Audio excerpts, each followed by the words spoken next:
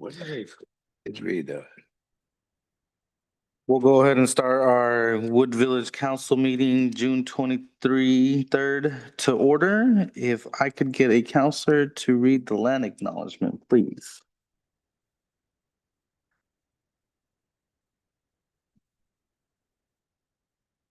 Chinookan people known as the Clackamas and Cascades are the indigenous people on the land now inhabited by the city of Wood Village and other areas of the Columbia River.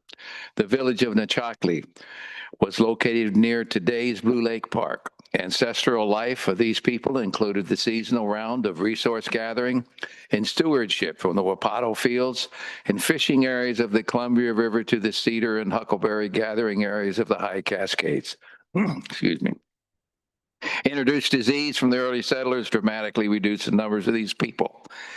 They signed the Willamette Valley Treaty in 1855 with the United States government and were forcibly removed to the Grand Ronde Indian Reservation.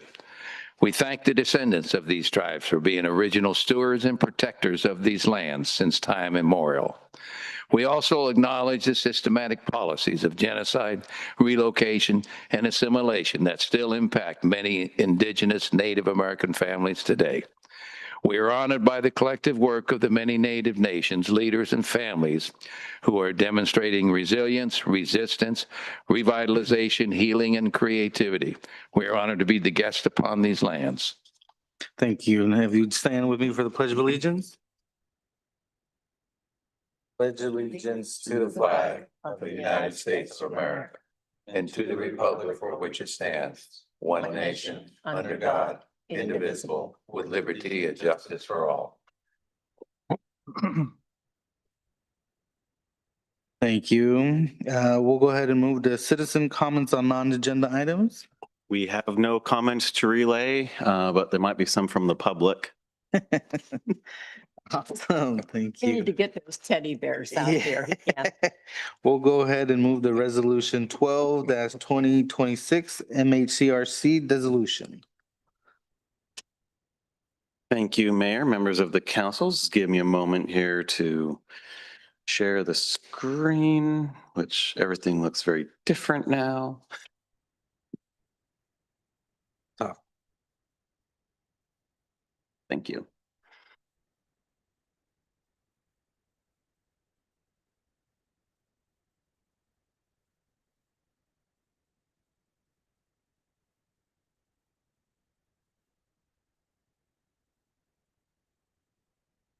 All right, so there are 3 resolutions on the agenda. I've put this in one package and bundle because every one is related and interconnected to the next. But we'll walk through that whole process together, have time for questions, and then consider each resolution. So just a bit of background as a reminder of those catching up. The MHCRC, or Mount Hood Cable Regulatory Commission, was formed through the 5 cities, so that's Wood Village, Fairview, Gresham, Troutdale, City of Portland, and Multnomah County, to negotiate, handle cable franchise agreements in 1992. That was, an emerging technology, and the communities received a lot of public benefit from it, and we were able to have the benefit of a technical group to manage and look at franchises, do the negotiations, look at the public benefits, which were some of the largest benefits in the entire country. There was also a bit of advocacy at the federal level. Well, over the past 10 plus years, cable subscriptions have been declining, and that continues to decline at a rapid pace as people are streaming and using, internet essentially in replacement of cable. The MHCRC did a study and, kind of what's our future, and decided in this previous October 25 to dissolve by June 30, 2026. Part of that decision was City of Gresham put out notice to just leave the MHCRC, and that essentially hastened any kind of time frame.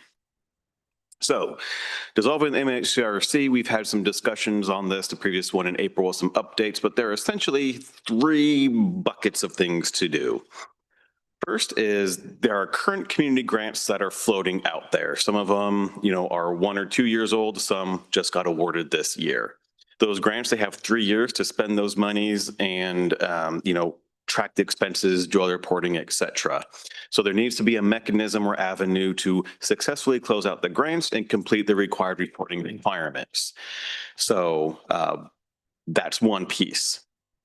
With the MHCRC, it was a central entity to collect both the franchise fees and the public benefit fees, distribute back franchise fees to each local jurisdiction, and then ensure public benefit fees were sent to the appropriate either entity or, through their grant process appropriately expended. And with the MHCRC no longer being a thing, the Comcast franchise agreement refers to the MHCRC in several sections that has to be updated to reflect it no longer exists. So the first one is the grant closeout. It's a 3-year intergovernmental agreement with the city of Portland, since it currently houses the MHCRC and currently does all the grant admin. They would continue that process. As written, that IJ includes Multnomah County, Troutdale, Fairview, Wood Village, and Gresham. However, Gresham for the last probably month or so has pulled back from regional conversations on this matter. The biggest latest issue was when Portland came out and said it had not been allocating its portion of revenues to the MHCRC for the past several years in the tune of about $1.6 million. Gresham didn't like that.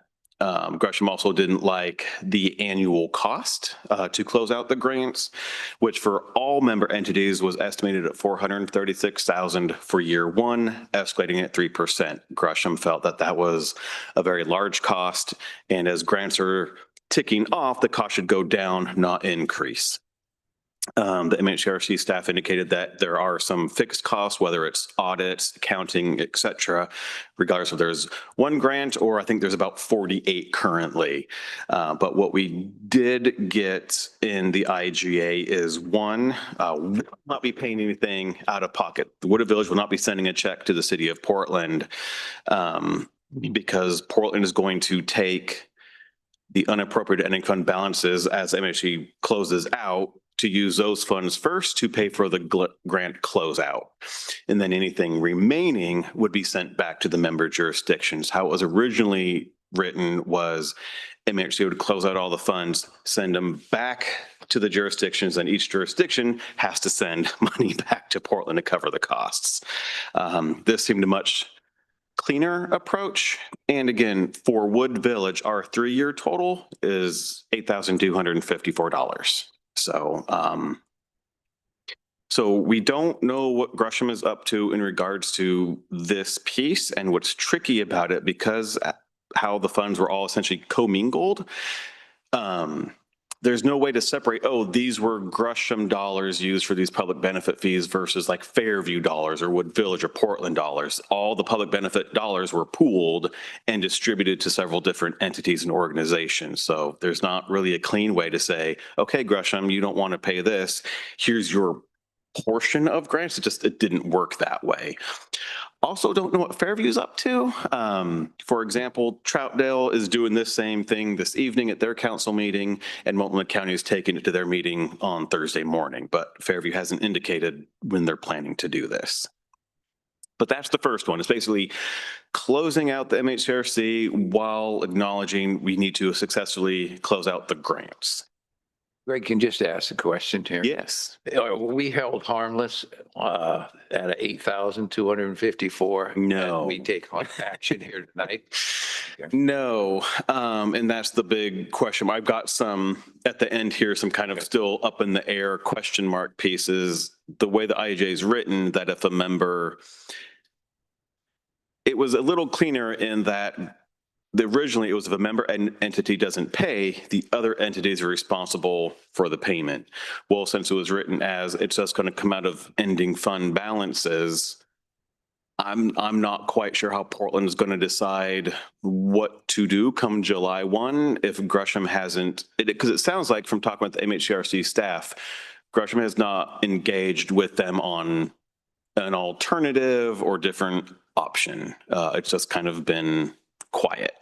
So I don't yet know what Portland will decide to do. My guess is I guess slash hope is they will continue to, it's fine, we'll close out the grants and just use the unappropriated balances to pay that.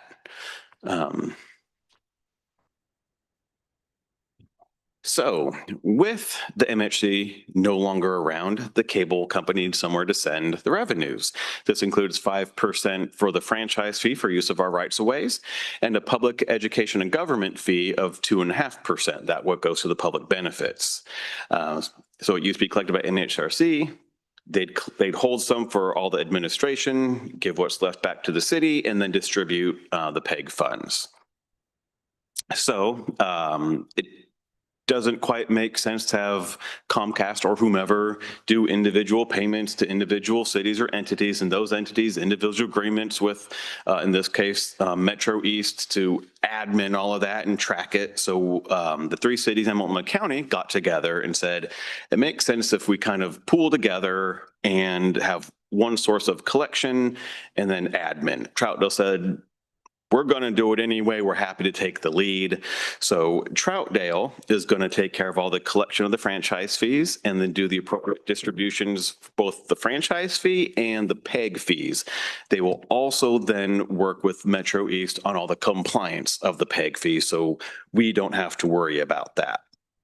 Troutdale is estimating this to be an annual cost of about $1,000, just to do a little bit of extra accounting and what have you. For context, MHCRC this past year charged a little over $3,300 for that. Now, granted, you could say, well, MHCRC did some other stuff other than just revenue collection, but we know it's a lower cost moving forward, even on a declining, revenue basis. So it seemed like a win-win. It wouldn't be worth our time and expense to try to do it on our own. So this is greatly worth that expense. And then lastly, the cable franchise needs updated essentially to reflect MHRC no longer exists. So the language I believe says cities or entities because the county is not a city. It also reduced the reporting requirements from quarterly to twice a year just to reduce, the burden of paperwork, et cetera. And to give credit where credit is due, because it's easy, sometimes fun to rag on the county and all that they do wrong. They really stepped up the last several weeks to close out a lot of these components and finalize their stuff, utilizing their legal team and legal providers to go through that legal review, meaning we didn't have to have that expense. So that was Hayden Ferris with Commissioner Moyer's office. He was the liaison because she's the seat at the MHCRC, but they did a great job vetting all the documents, going through legal review and compiling it all. So just want to give credit where credit is due. So that takes care of what we know, but here's what we don't know. Again, we don't know what Gresham's up to and what that means essentially for the grant closeout work. There are also then those ending fund balances and potential refunds from the MHCRC.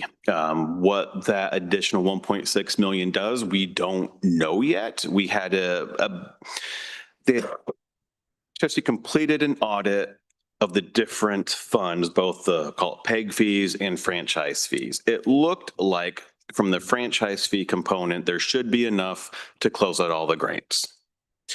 And then with the PEG fees, it seemed like, and again, I think there are some member entities that may have disagreed, but essentially, well, their PEG fees for Portland would go to Open Signal. For us out here, it would just go to Metro East and not deal with maybe individual other grants, or like Metro East would be compliant with it. It's clean, it's simple. It does sound like at least Gresham had some other thoughts about that, but again, we don't know where they stand on it. And then just, I think the future question of Metro East, again, with what's Gresham doing? And then for us as Wood Village, when we receive, okay, here's the PEG refund for your, Wood Village's contributions, the assumption is we would just give that to Metro East, potentially with some sort of programming, how do I say this? Suggestions for community, like, okay, great, we're getting, you're getting this additional funds, maybe weren't necessarily expected. How can they benefit the Wood Village community directly? Maybe it's some more technology camps, maybe it's some computer training, but kind of have that discussion with them once we know what that amount is. Pause really quick because John from Metro East wanted to say just a few words about all of this. Make sure you speak in the mic. Sometimes Oh, our guys thanks. have problems. with Yeah, that. no, it's normally I can't switch it on. That's the problem. And then you can't switch me off. No, good evening. Thank you all very much. Let me this so prepared. On behalf of the Metro East Board of Directors and staff, we'd like to say thank you to City Manager Dirks, Mayor Rios Campos, and everyone on the Wood Village City Council for all your work that you've done on this IGA. City Manager Dirks really helped propel this forward in its early stages when we didn't know what was going on. Wood Village helped propel this, get it started, get people thinking, oh, we could ally with the other cities and make this a productive thing. So that was fantastic. And we really just appreciate how supportive you've been through this process, which has just been fantastic. Essentially, like he was just saying, your support sees us able to continue providing services without there being a break in services. We just continue right on. No threat to summer programming, no threat to what we might do in the fall. So thank you very much in allowing us to deliver these services to your community. And I'll say thank you once again, because you can never get thanked enough, but really appreciate it. Thank you so much. Thank you. Thank you. Thank you. Thank you for your comments. Just to clarify, I was an advocate of a June 30, 2027 closeout because to me, like, hey, 8 months isn't a lot of time. And then 8 became 6 and 6 became 4 and 4 became 2. And now it's next week. Yeah, exactly. Now it's next week, but we are in a good spot and hopefully that signals again, us, Troutdale, the county, all taking action this week. Hopefully that propels the other entities to at least provide some kind of communication. So with all of that, what questions do you have? And then do have motions for each individual resolution for your consideration. Questions, comment by the council? And Troutdale does take on the accounting, which I'm fine with. What kinds of checks and balances? Because if they're going to pay themselves, and what guarantees do we have that they're not going to really raise that $1,000 annual? It's they're tracking the time and the expense. They really didn't think it was, they put 1,000 as the outside number. But we have full ability to audit everything. We've partnered with Troutdale before. There's no reason to believe they would try to do something shady, but the agreement has the ability to do audits, check their expense, check their time if something seems off, like, well, gee, you charge yourself 2 hours to process it, but you charge all the other cities 20 hours to process it. It's the same payment. I don't foresee that happening, but there are elements in the IGA that would allow any member entity to say what's going on in Troutdale. And those funds, the cities, the adjoining cities that comply with that, are they the ones that would request the audit, or is there outside state people that would? It would, so Troutdale has required, like any public entity is required to get an annual audit anyway. This wouldn't necessarily focus on that type of audit. It would be more like, again, the number of hours spent to get the money and send it back out, because it shouldn't be a lot of effort. They're getting one check from Comcast, and that check should already break down the where the franchise fees came from, which jurisdiction. So then Troutdale just sends out another check. The biggest work comes from then the PEG side of it. But again, they're just sending it to Metro East. The Metro East has requirements to make sure that, yes, we are tracking how we spent it, sending those reports to Troutdale to close the compliance loop. It's like the chicken garden or the fox garden, kind of thing. It was like, Well, and you can say that's kind of what happened with the MHCRC a little bit. It's like, these expenses keep coming up even though revenues are going down. And I think we're all in agreement that, there probably won't be another Comcast franchise renewal because the technology will have made cable just obsolete. And this is probably a 3 to 5 to 7 year wind down of cable in and of itself. Thank you. Any other questions? I just got to reiterate what John from Metro East mentioned. Greg, they came to us a while back and it was just asking for support. And so again, it was something, I don't want to say out of left field, but kind of unexpected because we were thinking there would at least be more time and more conversation, but just the nature of how quickly some entities wanted to move. And for Wood Village, again, it makes sense to partner up with the city of Troutdale, taking the cost versus in-housing it and all those requirements that have come along with it. So it is kind of a win situation for us. So how does this move forward if the Gresham and Fairview don't? That is a question I'll be talking with MHRC tomorrow about, because we let them know, we let MHRC know, hey, we sent them the whole packet, said, here's what we're taking to our council. There was supposed to be a meeting tomorrow with all the member entities to kind of talk over next steps. That's been canceled because Gresham has not been responsive to any of the requests. Now, I don't know what those requests have been or what attempts have been to communicate with Gresham, so I'm not trying to throw shade at Gresham. I don't know what's been going on at the MHRC side to connect with them, and I don't know what's going on at the Gresham side to connect with MHRC or in between. All I know is we are not getting that information, and MHRC didn't share it. When they canceled the meeting this morning for tomorrow, I said, why? And the response is from MHRC staff, Gresham's been non-responsive. So my guess and hope, we will certainly, the agreement with Troutdale to collect the revenues is good and solid. The franchise update with Comcast, good and solid. So at least, July 1, those pieces are in place. Comcast knows where to send the money. Metro East will get its funding. So the only remaining question is, how do you close out the existing grants? And I guess we can have those conversations, with Portland and Gresham and the other partners. But, if they choose not to follow in suit with this, at least in terms of the revenue collection and how they want to distribute it, it's not our direct problem. I do know there would be impacts like Metro East, for example, if they're not getting revenues from Gresham, but that'll also raises compliance questions, more on the Comcast side of, okay, whether it's Fairview, Gresham, whomever, you're receiving these funds, how are they being spent in compliance with this franchise agreement, which is fairly technical, I'm glad the county kind of took lead on some of that. Because it's not just free money to spend freely. There are specific requirements for PEG resources. So I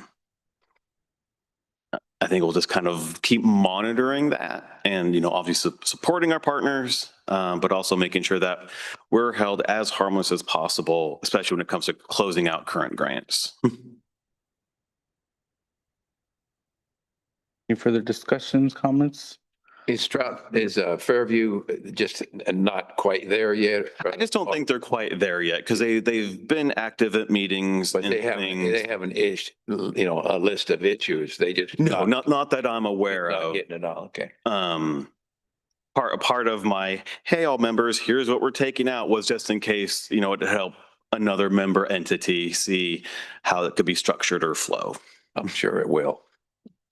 I'm confident, come next month, they'll probably take action on it. So what they do between, July 1 and that time, I'm sure they'll work it out. I'd entertain the first motion. I move to approve Resolution 12-2026, a resolution authorizing an intergovernmental agreement with the City of Portland to manage and close out existing community technology grants. Second. First and second, any further discussion? All those in favor? Aye. Any opposed? Motion carries. I move to approve Resolution 13-2026, a resolution authorizing an intergovernmental agreement with the City of Troutdale for franchise fees, collection, and management. Second. First and second, any further discussion? All those in favor? Aye. Any opposed? Yeah. Mhm. Okay, sorry. Third, I move to approve Resolution 14, 2026, a resolution amending the Comcast franchise agreement. Second. first and second, any further discussion? All those in favor? Aye. Aye. Motion carries. Thank you all very much. And so, yeah, I will certainly let the MHRC know this as well as the other member entities of your action this evening. Thank you, thank you. We'll go ahead and move to resolution 15-2026, update on SDC rates for cost of living.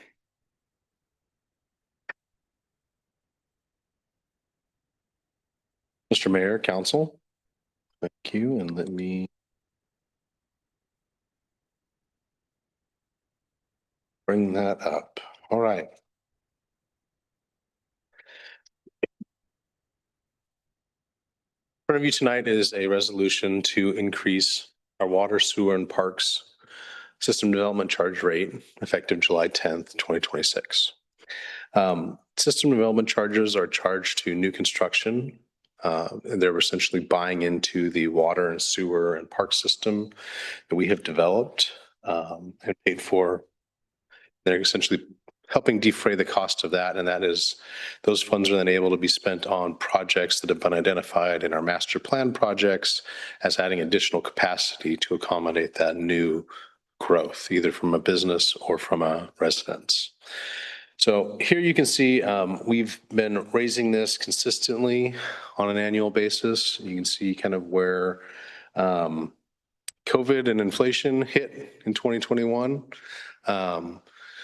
This current update is a 2.1% increase in our current fees, which is in line with, rather than using the consumer price index, we use the engineering news report, which measures the inputs of construction prices in the Seattle, Portland, and Idaho area, that region. Oh, right. I had gotten a little fancy. So there's the engineering news report, construction cost index. It actually should be 2.1%. I apologize for that. I didn't change the effective date. These all hid from me. But the table shows what our current rates are. And so a single family residence currently pays $3,300. That would be going up by about $70 for new construction. So that's the impact of the 2% increase. And then you have the tables for both sewer and water. Typically, a single family home either has a 3/4 inch line run to the meter. So the increase they're both around $5,000 currently. And again, those are based off of what has been invested in our system currently and what needs to be invested to maintain additional capacity. So each of those are going up about $100.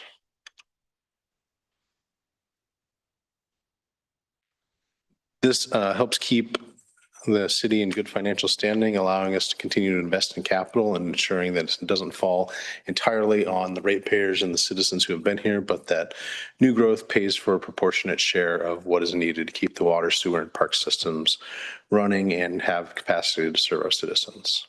So with that, I would be happy to take any questions from either what was in the presentation or what was included in your packet.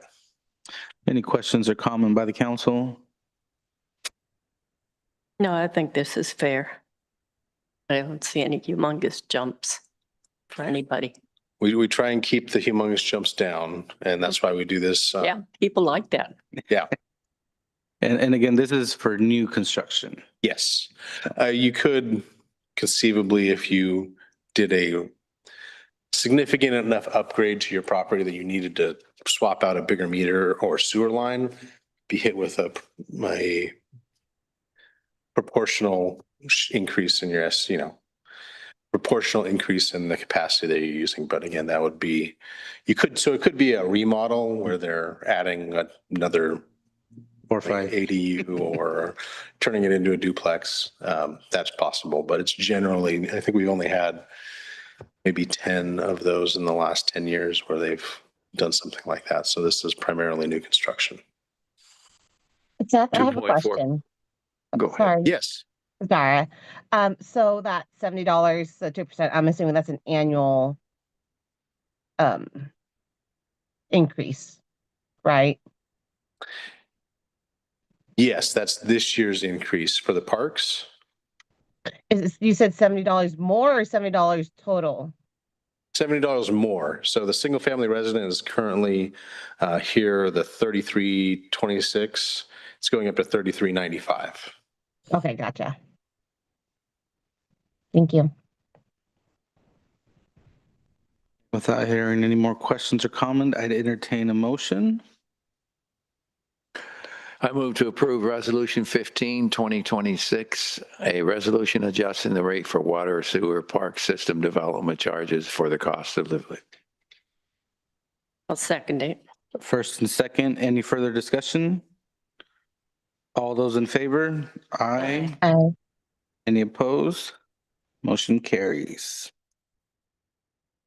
All right, we'll move on with Resolution 16-2026, Public Works fee update. Mr. Mayor, Council, we are updating a few of the fees that are included in our master fee schedule.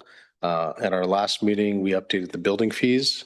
When we did the building software upgrade last year, we split out some of the fees into public works fees because they weren't actual fees that the building codes division reviewed. They'd always kind of just been kind of hanging out in there amongst all the other permits. Particularly, they were the grading permits, the right-of-way and curb cut permits, erosion control, and post-construction or stormwater runoff permits. These aren't technically building permits. So each of those sections is broken out. And again, as we talked about when we did the building fees, we're just updating these to stay in line with the increases that Gresham is passing along to us. So some of the fees are going up anywhere from 4 to 6% on average. So these are all the fees that are impacted, and these are listed also in your staff report and in the exhibit attached to the resolution. Again, we're trying to make sure that we're recovering fees. Gresham's charging us. We want to pass that cost along. Reducing the level of general fund subsidy. The subsidy comes in the hand holding and the money that we invest in our staff to help people walk through that process. But we try not to pay Gresham for work that they're doing on a private citizen's behalf. Again, this supports our long-term financial stability so that we are trying to, again, match costs and expenses together, or revenues and expenses together. And we've been doing this. These had been being updated with the building fees up until last year. And then last year in November, we updated these separately as a separate schedule on the master fee. So, and again, rather than being based off of Consumer Price Index or the Engineering News Report, these are based off the cost that Gresham charges directly to us. And they have their own cost model. It's made up of their personnel costs, materials and services costs that their employees in the building department in Gresham, we contract with and who is our building official, is based off of. So I'm available to answer any questions you might have had from the presentation or from what was included in your staff report. Well, I just want to state that not all cities you work off of it. It's not the consumer, but the industrial, you call it construction, that formula. And or just cost of living. And I'm pleased that these are not money-making propositions. These are break-even to support the services that we receive or that it costs us to do. So I appreciate that about how we approach these fees. And again, as you mentioned, it hits one of our goals of financial sustainability, and that's really what our goal as a council is, our priority, to ensure that we are financial sustainable and, best practices as well. So with that, if with no further questions, I'd entertain a motion. I move to approve Resolution 16, 2026, a resolution updating the Public Works fee schedules. Second. First and second, any further discussion? All those in favor? Aye. Aye. Any opposed? Motion carries.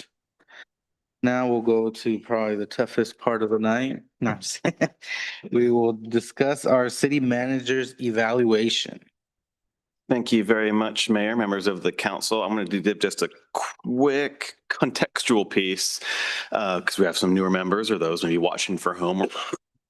So every year, the city manager is evaluated by the council. The council has over the years developed a standardized evaluation form. Early iterations had a personnel committee, and then we presented at a council meeting. It was decided several years ago that each counselor should be able to express their voice, their view, concerns, or what have you, and then compiled into one document. Typically, say these would be held in executive session. I just feel strongly that your evaluation of my performance should be public. The public should be able to aware of how you feel my direction leadership is going with the city. And if there's any differences, that's an opportunity for, you all to have more information or the public to have more information. I feel very strongly that other evaluations, certainly done in private, and that's confidential. I'm just a different person. So I choose not to have this in executive session because I believe in the full transparency for the community, that they have the opportunity to understand how you view me, and you get feedback from them if there's disagreements or what have you. So typically what we've done is just kind of start at the top and work our way down. Sometimes we've read all the comments, sometimes we've just summarized the comments, and then you ask for my feedback on each one. So I'm going to turn it over to you all to see what you'd like to do this evening. I don't have a copy of the No? whole. No. Should be in the packet. Yeah, well, when I stepped out of the house, I brought the, That's in there, isn't it? yeah, no, it's I picked up last year's. Oh, Oh, that's not going to So- work. Joe, if you have, if you want to put one up there, we're gonna read them, aren't we? We That's how- can if we'd like.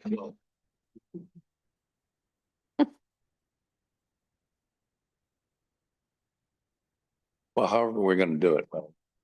You might want to, if we could get a couple copies, my.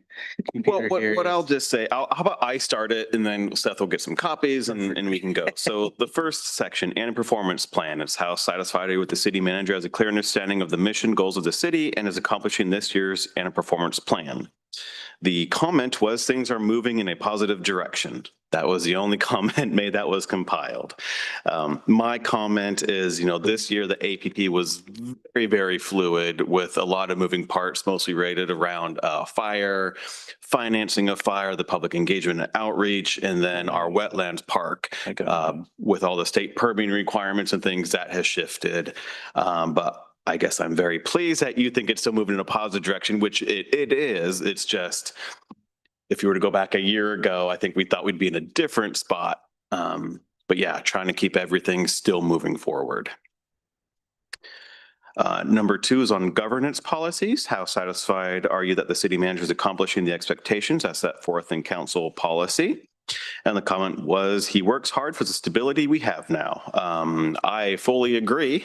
We have, even with the questions surrounding the future of public safety, fire service, we have really good stability and a core focus on essential services, whether that's the public safety, the utilities, and then doing what we can for the extras like the park or in community programs. I like to believe a lot of that is due to both the management team and staff that we have, and also just, you as a council and the history of the council setting forth very clear goals and expectations and service standards for our community. So there really isn't a question of, well, how do we handle this? It's all about community, and that in a sense makes it easier to execute. We're not trying to fight bureaucracy, whether it's internally or council internally. It's go forth and do good things. Number 3 is leadership assessment. How satisfied are you with the city manager's progress on improvement opportunities identified in the last lead view or other council approved assessment? This has been I'll say a challenging one over the past couple of years, where typically growth opportunities, improvements come from like League of Oregon City trainings or its conferences, or the Oregon City Manager Association conferences. And I've made it clear my stance of those and it's not that there's nothing to be gained from them. There's always a nugget to be gained. The cost of that nugget, I think, outweighs the benefit of it the last several years. That aside, though, it's still important to be growing and learning, because I certainly don't know it all. And to help with that, I'm a finalist for Zoo Bond Oversight Committee. And so that will certainly expose me to the large world of capital improvement projects, but it's also a committee made up of in private sector individuals. And so just exposure to that world, which we often don't get here. Seth has had it from previous roles, but not so much me. I also want to learn more about how public-private partnerships are implemented, financed, structured, timelined, because we think there's opportunities with the Grand Ron site as that develops. What could a P3 partnership entail? And then obviously, doing what we can to still understand the fire and EMS systems, what's going to be best for our community, and the different financial components of that. So those are kind of my thoughts for the coming period. So not so much, oh, here's this class or here's this conference, but here's some focus areas for myself. I will just add on that one, I did include a piece of, because Greg has mentioned maybe some difficulties finding in these public sector, the return on investment on conferences and things like that. So I did include saying he might look at the private sector, as there is, I think, a lot of knowledge there that could be gained as working in the public sector, that he can, gain something a little bit more fruitful from those components. So. And with that, are we on number 4? Yes, we are. Okay, I can take over. How satisfied are you that the city manager continues to build morale among staff, volunteers, and citizens?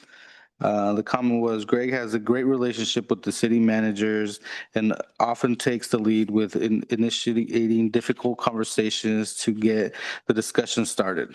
Full coverage, no disruption during the absence. Staff all seem to respect his leadership. Thankful for the staff that's here. They're just, again, it's years of a concerted effort from the top through, looking at, applicable skills, intrinsic opportunities that people want here. I will say I do struggle when it deals with the county in trying to retain positive relationships. There are obviously some departments that are wonderful and longstanding, good, positive rapport. There are others that are a lot more challenging, and it's getting harder for me to deal with that still in a productive way and just not start calling out blatant things that are just wrong. I think a couple examples could just be county transportation. The 4 rectangular flashing beacon crosswalks we have in the city because the city did it. The need for an all-way stop at Wood Village Boulevard and Park Lane, the city did the study and they still haven't responded to it. Things like that. It's hard to say, gee, thank you, when we don't seem to be getting basic services. That said, there are still good things that come out of county transportation. It's never good to burn a bridge, because frankly, in some cases, we need them more than they need us, because they could ignore us and nothing is going to happen.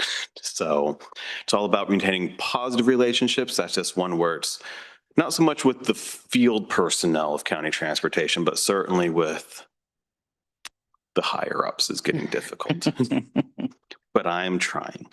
Well, I'm going to just say that you're walking a fine line and you've been doing it a long time. And that is a very difficult thing to do. but you do that well, and better than I certainly could do it. But you do it well, and it's not just sometimes. You've been doing it a long time, so. I think that I'm just getting tired of walking the tightrope. Yeah, you do. You sometimes they can wear you out. And not just, I don't want to pick on just transportation, but homeless services. I mean, there's a series of just departments that are difficult to work with.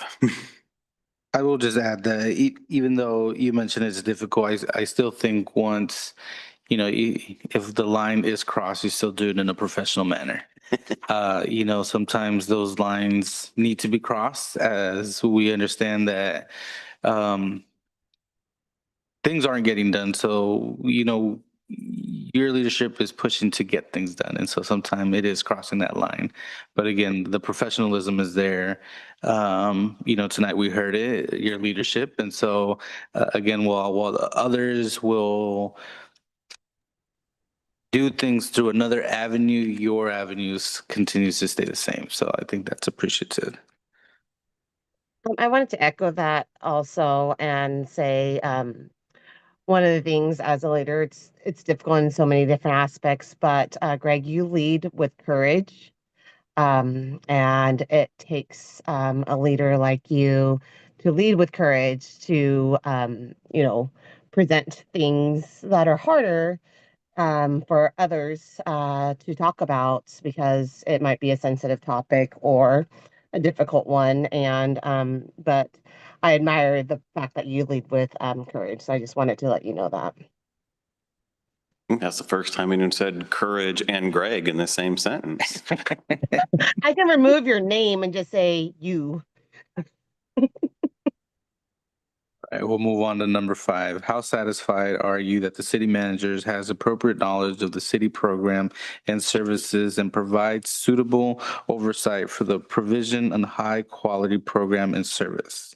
Our city functions like no other city. And I think that should be bold and all capitals. So. Yeah, my only comment was it's a great team. I mean, it's not just me, it's the team. And that includes, the council, our boards and commissions. I mean, everyone's just rowing in the same direction. We get stuff done. It really is like no other city. I mean, we hear that quite often, from regional partners, from even, our state senators that, we have working relationships with. They admire just the work that's being done, just the conversations we're actually having at that regional level. So again, it is like no other city.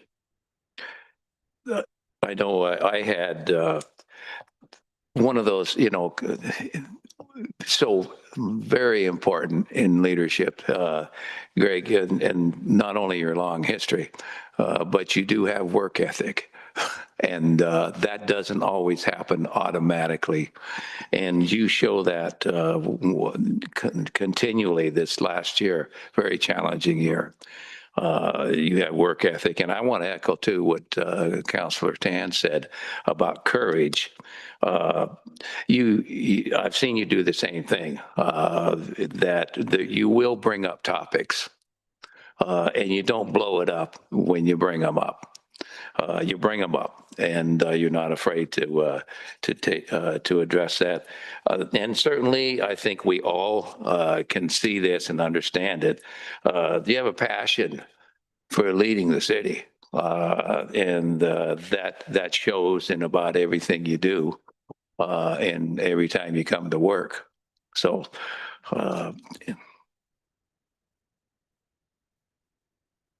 All right, we'll move on to number 6. Fiscal management. How satisfied are you that the city manager is knowledgeable regarding fiscal matters and uses available systems and resources to make informed financial decisions? The comments on here says Greg and Seth have a great professional relationship where Greg has a deep understanding of our financial matters. We are financially stable.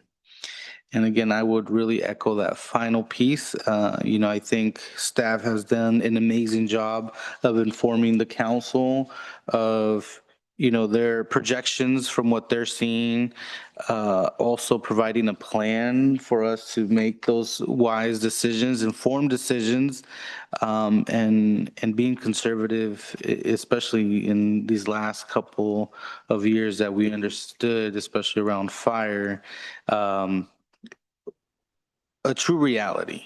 And I think that that is important, that the understanding of that true reality. Well, again, a great team, but also again, a wonderful council and budget committee where you look back several years ago, we were thinking about selling the city hall site and what does that mean? It was kind of a pause on shiny objects because let's wait till this is defined, because this is going to be a defining moment, with the bill out of the byway, the improvements made here. Wonderful. Fire is a problem. Okay, let's take a pause on the shiny things to focus, make sure we can keep current service levels and make it as cost affordable as possible for the community members. Now we're still having those discussions, but as we're having them, we're able to keep things moving and keeping our community members, there's no fees, having levy discussions, but it's different than the surrounding cities. All right, we'll move on to question number 7, operation management. How satisfied are you that the city manager has assured that the city has suitable system policies and processes for accounting and funding management, personnel management, office space, information technology, and risk management? The comment says he is very tight on budget and knows where our money is spent. Yeah, that one I get told a lot. I'm a tightwad. But I mean, in all seriousness, there's been a lot of work the last few years on whether it's the investment policy, updating SCADA, things with building and planning. I mean, it's meaningful, purposeful investments into policies and systems. And, there's always more of that to come. But again, with the staff we have, like they willingly take it on as I rule with an iron fist. I mean, I think a piece of this is it's also, unknowingly, but the perception the public holds. And so as maybe the city is capable of having some wants, we understand what that means and what that looks like. And, the perception of, maybe setting that thing aside and focusing on what we really need, I think is important. And that is a piece of operation. And so I think, the city does that well with your leadership. And I think, again, that's why we are in the position that we are in financially. We'll move to question number 8, city. I do have. Sure, go for it. Another piece of that, that sometimes when you've been in an organization over some years, you get so that you've been through the yearly cycle of the work, and you get used to using the systems you've had. From my observation, fortunately, I've never had to work for you, but from my observation from here, you don't seem to have an ego about what you have experienced, and this has worked in the past, and I want to stay with this. And past practice. Yeah, you seem to have an ability to, what's been working, but I've seen you work with staff and make moves that I don't know whether everybody agreed with them or not. I wasn't there, but sometimes it means giving up what you've been used to and giving up a little ownership and turning that ownership over to staff. So, and I believe that's happening.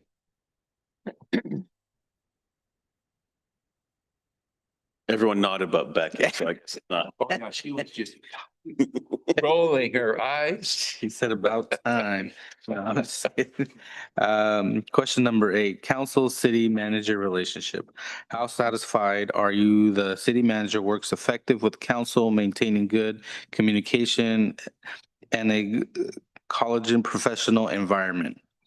Greg has a openness of feedback, both given and received, that makes it easy for council to have a good relationship with him. There's a transparency, and that is important with communication. We all have high regards of his decision for the city. I've worked more closely with Greg for over the last year and a half, and that's something that I can confidently say that I share with other regional partners is just the communication Greg has with myself, that open communication. And so it's never something that, again, that courage to just say the things, communicate the things, I think is important. And I think, you demonstrate that quite significantly. So. Comments? Number 8. All right. We'll go ahead and move to number 9, external liaison and public image. How satisfied are you that the city manager maintains a positive professional reputation in local community and cultivate effective relationship with other public entities, citizen, and other related community organizations? This is one of Greg's greatest strengths. He has a great reputation and also represents the city in a positive manner. I am proud to have Greg as our city manager. Greg includes our missions and goals on the city in alignment with things that he brings forth to council. He has worked with our neighboring cities on fire service effectively. Again, this is, your character of, stepping up when no one steps up as well. I think we've said this for the last couple of evaluations that I remember, but, our regional partners look to you for decisions or input on decisions, leadership and guidance on regional problems. And as much as, the city has its own problems to focus on, it is important to maintain and nurture those regional relationships, because those impact us at a probably greater deal than our own. So I greatly appreciate that. My comments are almost, I could lift language out of the first one out of that and put in mine. It's certainly one of your strongest leadership traits. And as we know, respected in East County. People come to you. I mean, here we are, Metro East tonight. I mean, it sounds to me like John was very thankful that you were around. Well, I was thankful they were around. to start working through that. So I mean, it just and again, I did go back through 4 or 5 years of my evaluations, and my language hasn't changed much. I was writing more, but I went back and looked at stuff, and those are really important traits that all cities don't have, as we know. Yeah, and try to, there's really good relationships with a metro on a lot of levels. County is called individual levels. But some of my favorite, just, the community ones, whether they live here or have a business or work here. I love it when people say, well, how's the city doing? I'm like, you tell me how the city's doing. I don't tell you how the city's doing. You tell me, because it's your perception of it that matters. I could say it's great, but you see things differently. I like to know that. And just, I think the relationship, the collective we have made with a broad sector of our communities, it's rare. I know after the shooting there at the town center a few weeks ago, the mayor and I went out the next day and talked with the area businesses, and most of them were just completely surprised that we did that. It's like, well, why wouldn't we do that? This was a serious event and it impacted people, and we wanted to make sure that they know resources are available. And I can't take none of that credit. That was Greg's idea. He just happened to invite me, and I was on lunch, so I went. But again, I think that goes to who Greg is, right? He will take those additional steps to ensure folks feel good after something that tragic. So We appreciate you being here, Greg. Other expectations, how satisfied are you that the city manager has responded appropriately to unexpected or difficult situations, to those specific challenges associated with the unique mission and situation of the city? Greg can handle an emergency with direct, calm action. I think they will all disagree on the word calm. You know, sometimes what happens internally doesn't always need to be externally, and you need those moments. I think as long as the external appears, calm action, great. And I think people do see that, Greg. I think,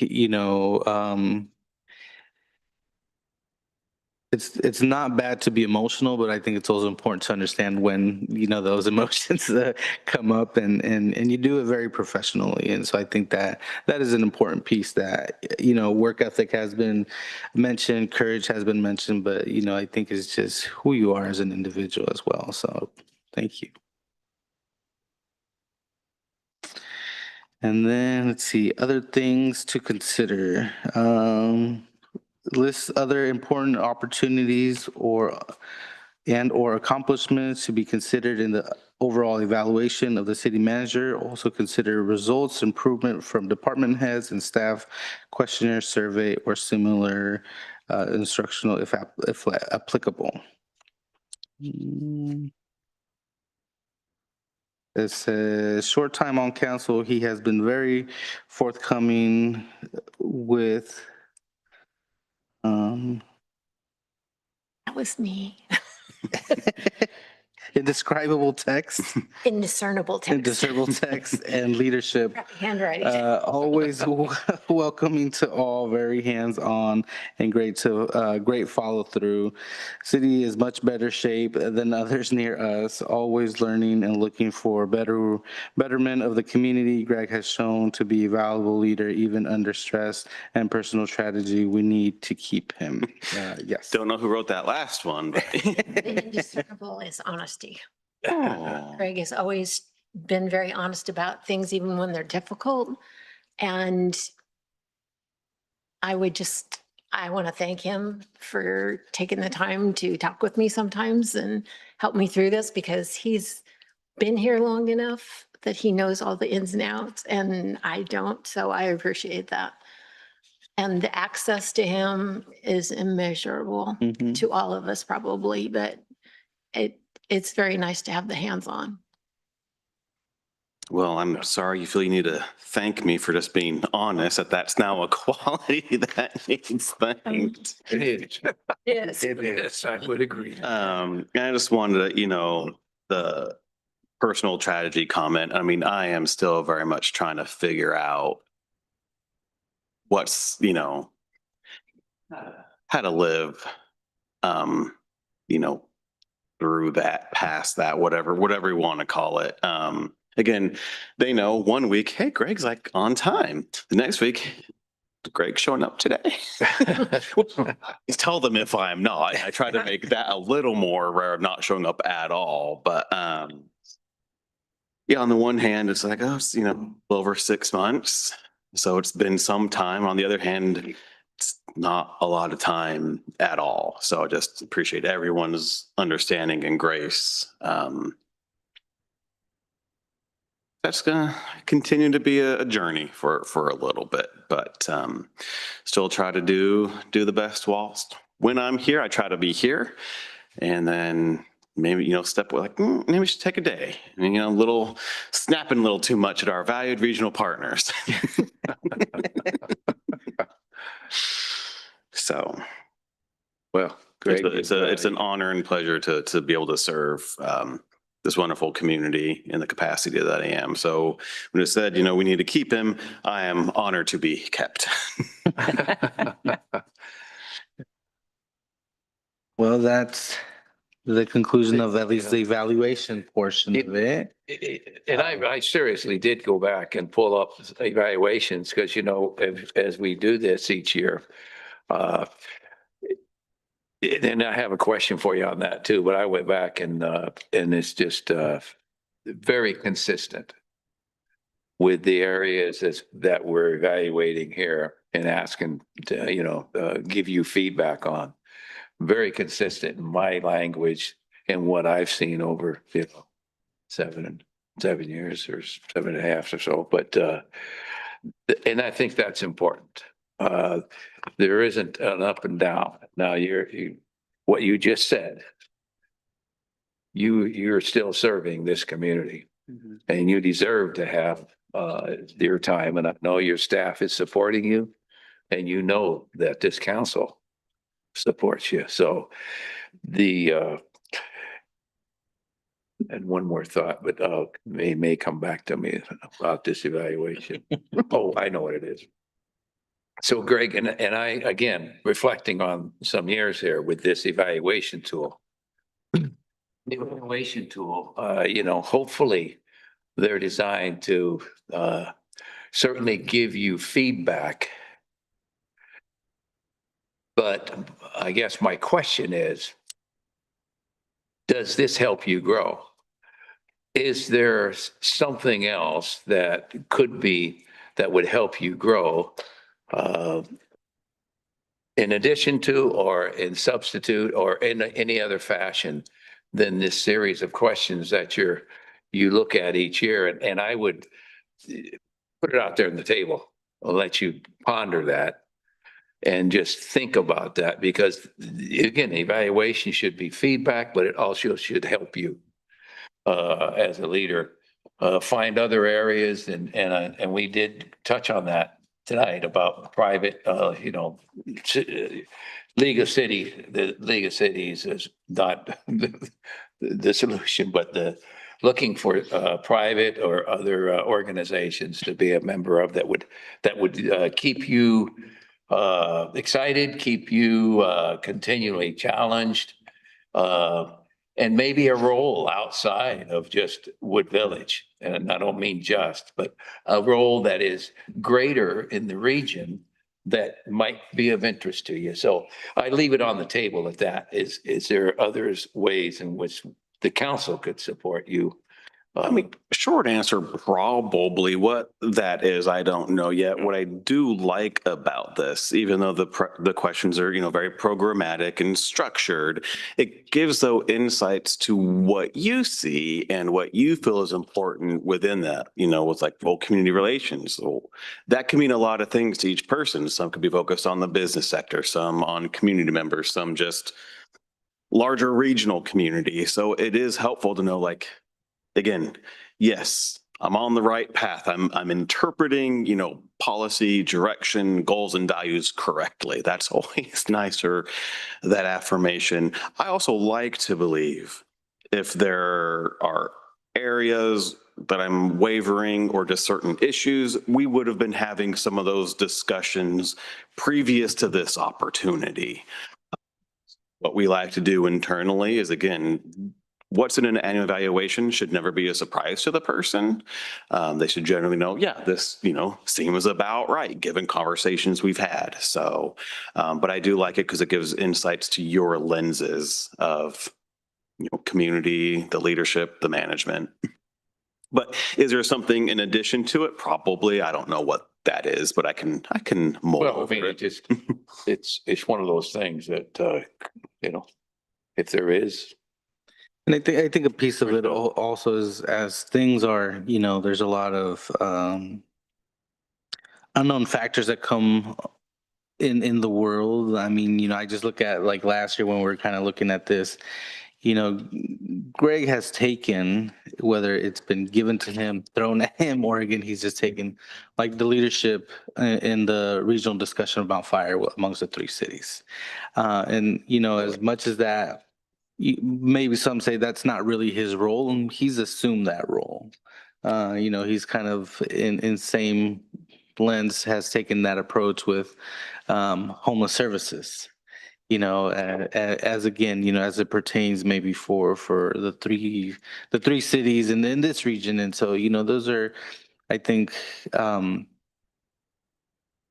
Well, I think those are very important. And again, it kind of keeps the work not stale per se, and it provides some other level of extensions from what your day-to-day job is. And I think maybe a piece That's that all. we could also do is, share more of that work with the council because, who, maybe some of the council isn't too aware of your leadership in those specific areas that, again, are very particular to us and how we are able to be financial sustainable and all these other areas that do affect the city. And I think, that can be lend a different piece. And so maybe just more questions and things can occur with that. So.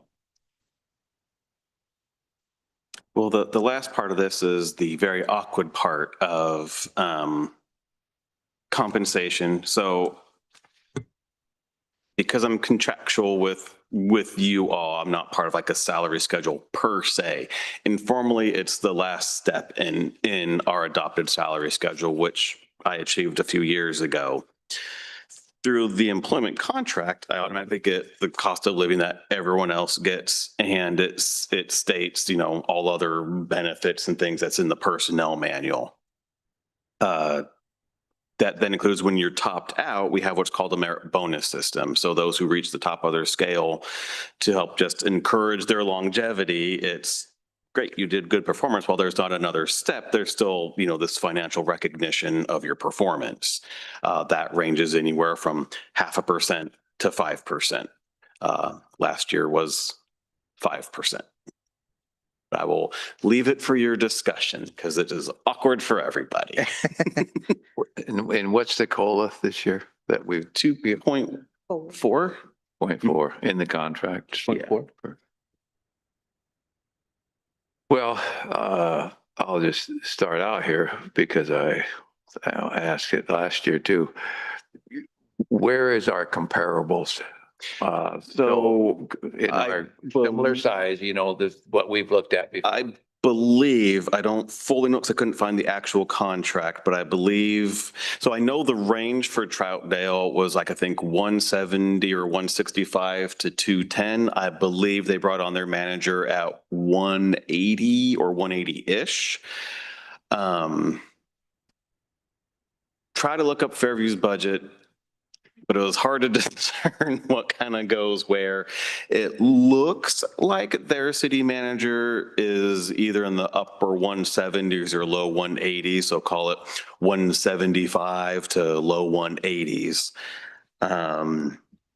Certainly, again, if you were to look at a community of 5,000 people throughout the state, it's a lower compensation level than what I am now. Looking at any city in the metro region, it's, we're on the bottom end of that, not including Maywood Park. But it's very appropriate for a community of our size. I think still competitive when you factor in the size and relative complexity of our organization. Comparables in the metro area. Yes. Yeah. I'd say we're on probably the lower end, but also one of the smaller cities. You certainly have their more west side locations kind of outside, Hillsborough area. I don't know the west side geography very well. King City, maybe. But when you think of the area, the 20 some odd metro area cities, we're on the lower end, but also, again, when you factor in relative complexity, it's, I think, very appropriate where we're at. So right now, my current salary is $173,000 and a few $100.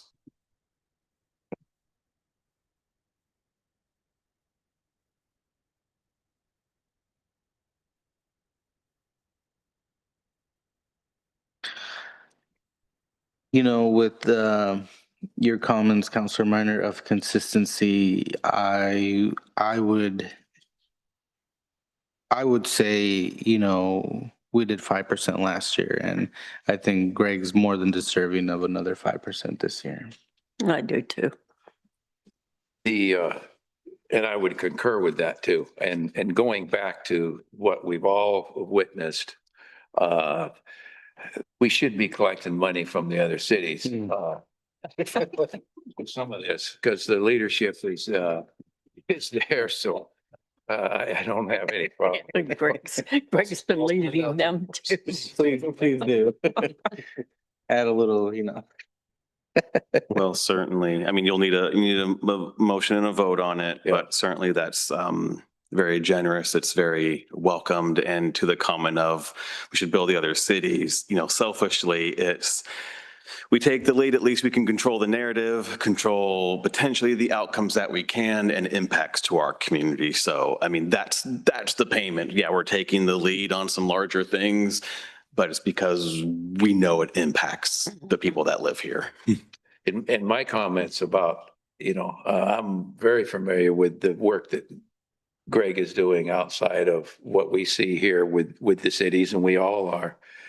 My comment about other kinds of involvements wasn't to say you're not doing enough.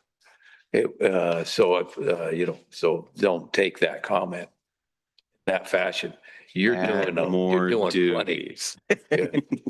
Do more. No, so we need a motion. I'll just We- open it up comments? to, any comments, additional comments or anything, then I would entertain a motion of approving a 5% increase for a merit bonus for our city manager.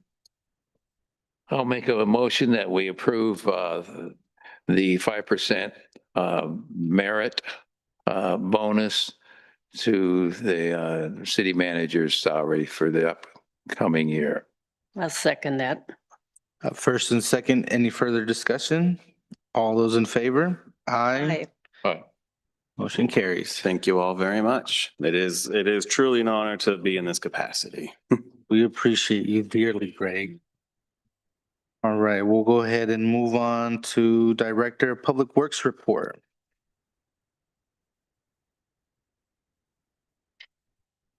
Okay, Mayor, councilors.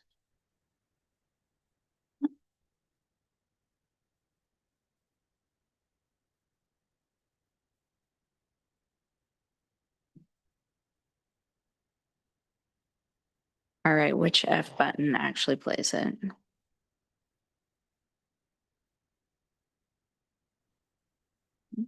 No, for playing this. F5. You left me all to my own doing. Perfect. Thank you. There you go. And this is why I keep him around. It's the little thing. It's the little things. We'll go over some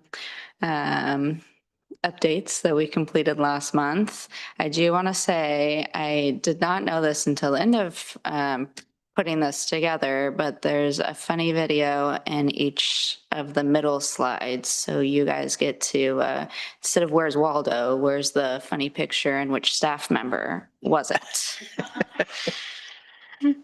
So for our park updates, staff completed the community garden extension, including all of the gates for the first portion of the community garden as well. And then we added the pollinating garden. The amphitheater was cleaned up, pressure washed. Some of the shrubbery was taken care of around that. And then the trail maintenance, a lot of the trails that we have around the sports field were cleaned up, the lines were cleaned up, new chips were put in. I'm sure you saw, but Garen is there presenting the beautiful line that they created. And then we started unidirectional flushing last month. We actually finished it this month. But staff was able to complete the upper system and the lower system and unidirectional flushing. Different than we've done kind of in previous years outside of last year where we kind of moved water through hydrants. We actually focused where that water would go through and clean those lines. You can see in the left picture that dirty water, that's kind of the initial water that comes through of scouring those lines. And that's the type of water we're just trying to get all those minerals that have built up in the lines out of the system.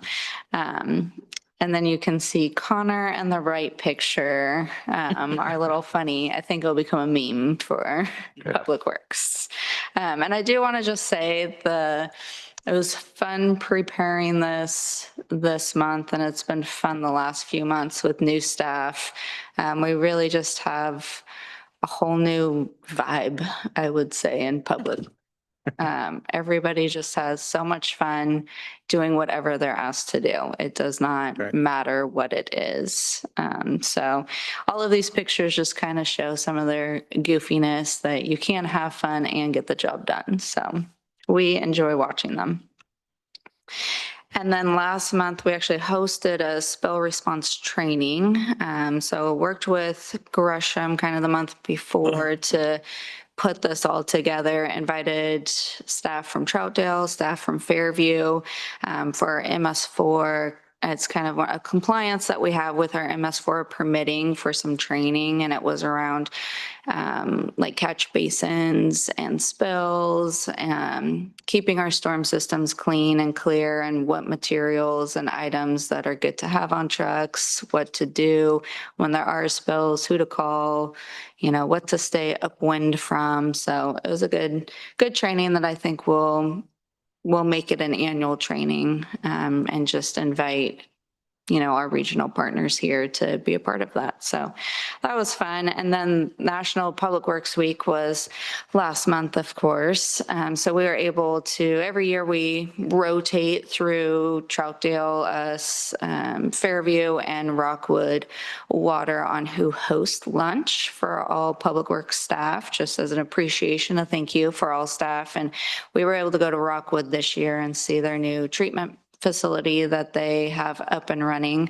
They're actually able to produce 25 to 30 million gallons a day through this facility. Put that in perspective, we do half of that in a month. So they pump a lot of water through there. They also had a new pump station on site. And then you can see it's actually Miguel hugging that tank on the right. It's a 6 million gallon tank that they have there. Our largest tank is 650,000. So the diameter of this tank that was on facility is 3 times what our largest reservoir is. So, and then they had a new storage facility. So they just had a lot of neat, new, fun, fancy things on their site that we were able to tour and look at and ooh and ah, much larger than what we have, but they did some good works. Around the city, we have last month we had a lot of plans in review with the new dental office, advanced precision and anodizing, home renovation that's kind of been sitting there for a little bit, monument sign, and then a residential addition. Staff put in 32 hours in county right-of-ways.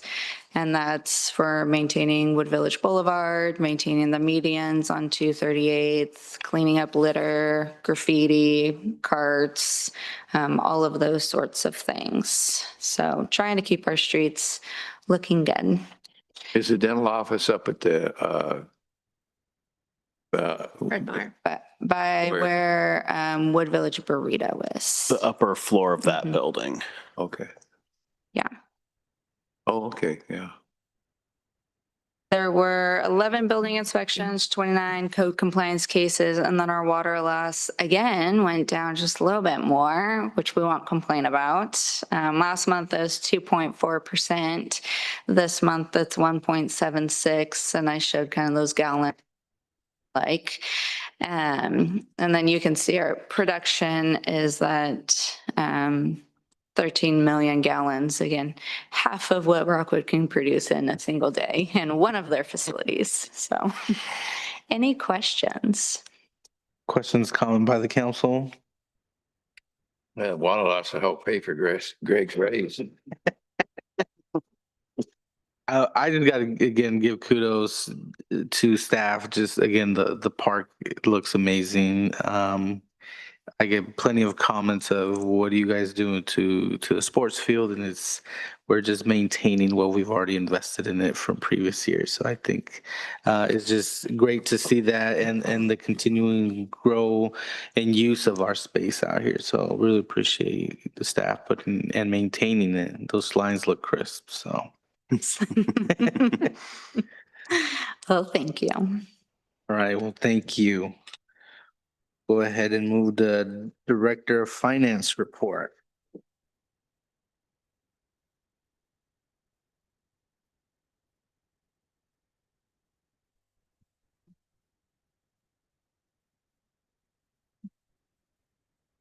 Mayor, Council. Just want to hit a couple highlights of what's in your packet. We are at 11 months into our fiscal year through the end of May.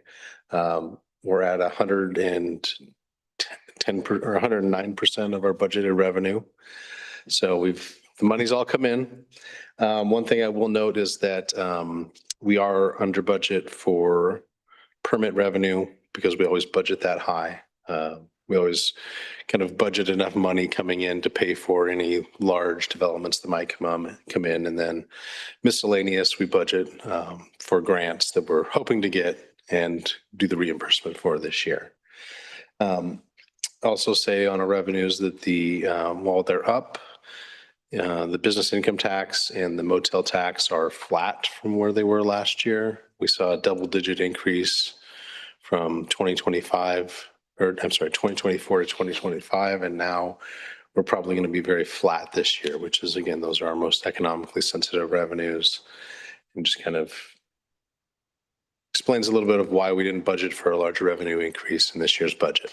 So the last thing I wanted to highlight, which isn't part of your report, but we have had on the past annual performance plan a customer self-service portal for our utilities as a goal. You just can't get rid of me. Couple of things for the city manager's report, one of which was in your packet, and that is we have an employee or employees reengineering award. So as we talked at your last meeting, or not the last one, the previous one with the director's update, that internally our team did the manhole sealing project. We did this as a pilot test with about 10 manholes because that's what we did last fiscal year.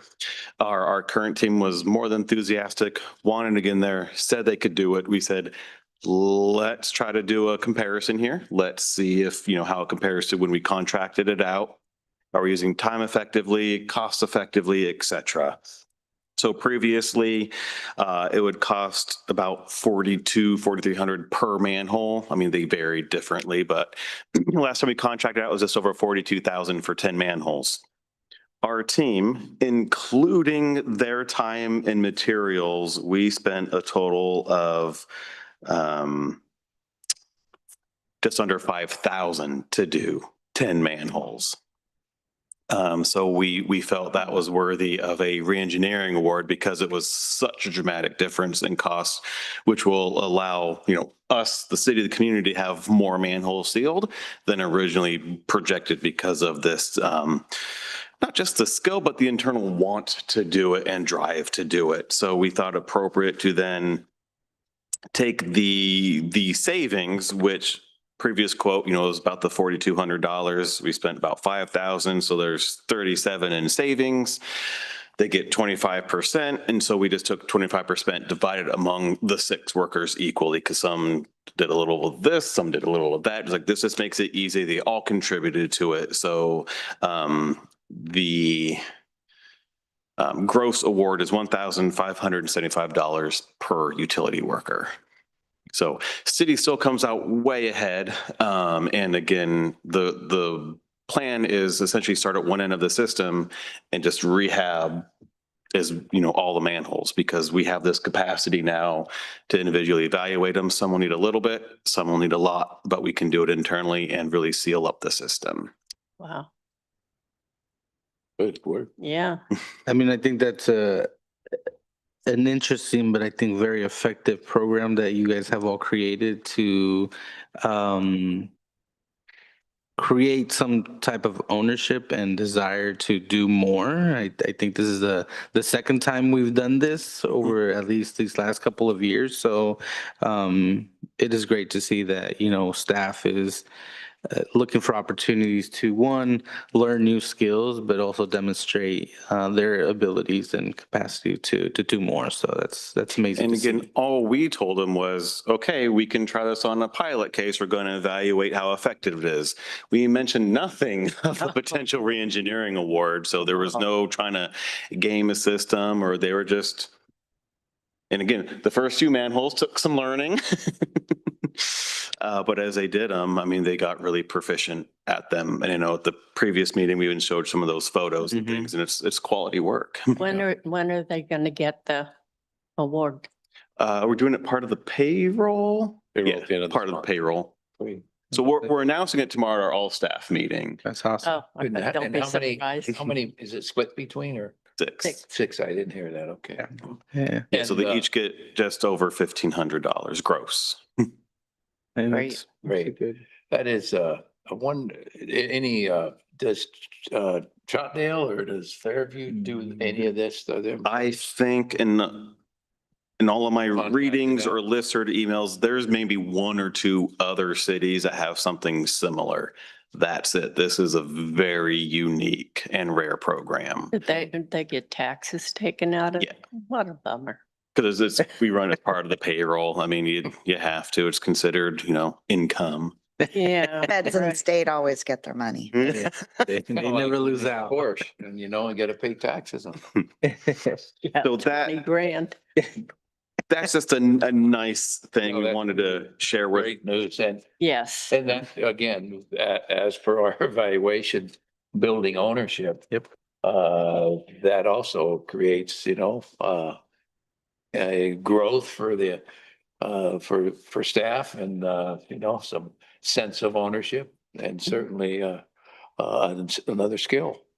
Now for some less than stellar news. So the county last Thursday released its first draft of its ambulance service plan. Now this is different than the ambulance service study that was done a few months ago.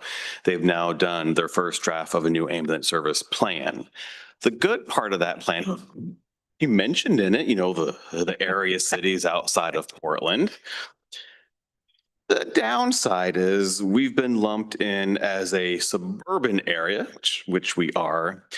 But apparently the county feels that now a 15-minute ambulance response is appropriate.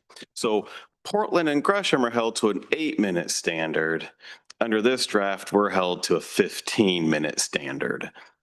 It also has the assumptions that fire, whether through a fire apparatus, medical response unit, or quick response vehicle, will be providing the majority of first response, with no regard to how that's being paid for or funded. On a good note of the draft, it really does want to make some tweaks and changes to the 911 dispatching and triaging for those non-emergent calls. But again, there was no detail of how. That all said, this is a first draft. I haven't had a lot of time with it, but I'll certainly be keeping you up to date because that is just not acceptable this is exhibit A to going to the state to say this is why the county can't be responsible for our ambulance coverage. So we always have that in our pocket.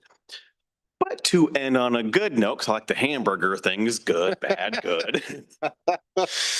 I got a call. I don't think that's a hamburger. I think there was a Nickelodeon show that had barf burgers that we're going to sandwich it. We need to accurately describe that middle layer. Wow, Well, it's public appropriately. television. You can't say that on television. That was the name of the show. It was, can't say it on TV. Got contacted last week by Senator Merkley's office. There is federal legislation with bipartisan support that still not quite understanding all of it. How it's explained to me is could open up lending opportunities for the manufactured home co-op model.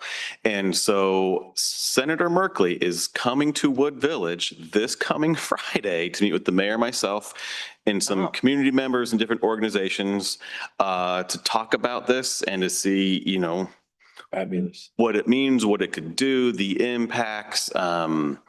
They were very eager to connect with us, again, kind of on that Wood Village plan on a larger scale. I mean, they've heard of our efforts on the co-op side and trying to organize community members, and it's always just been, how does it get funded?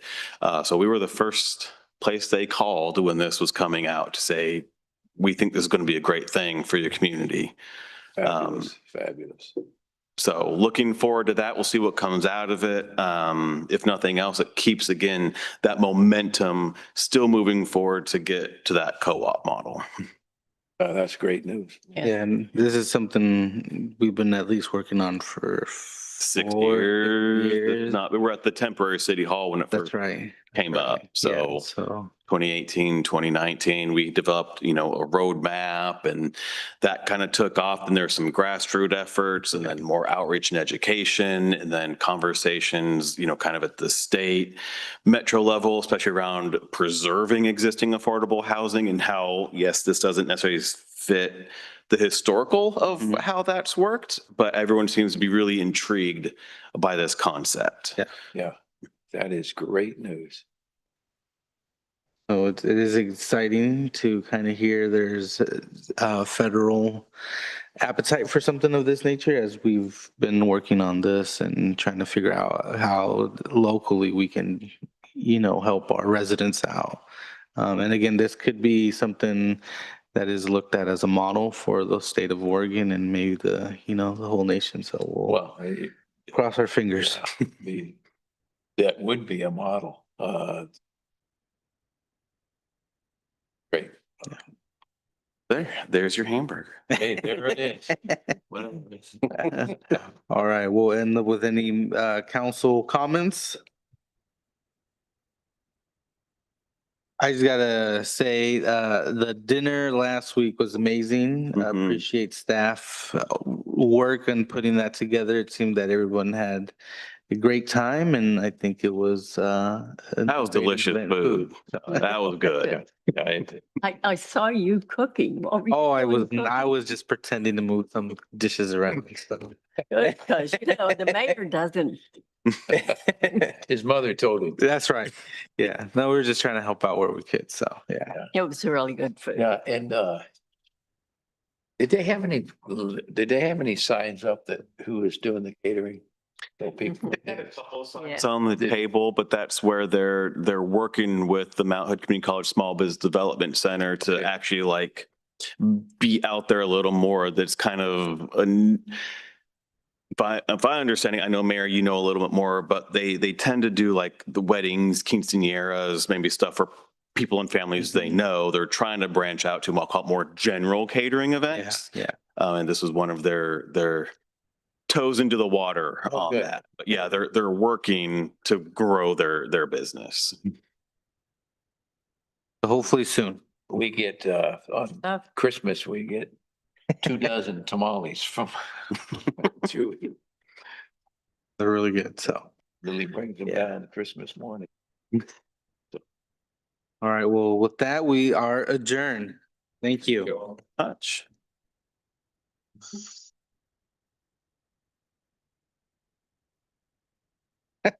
Tough.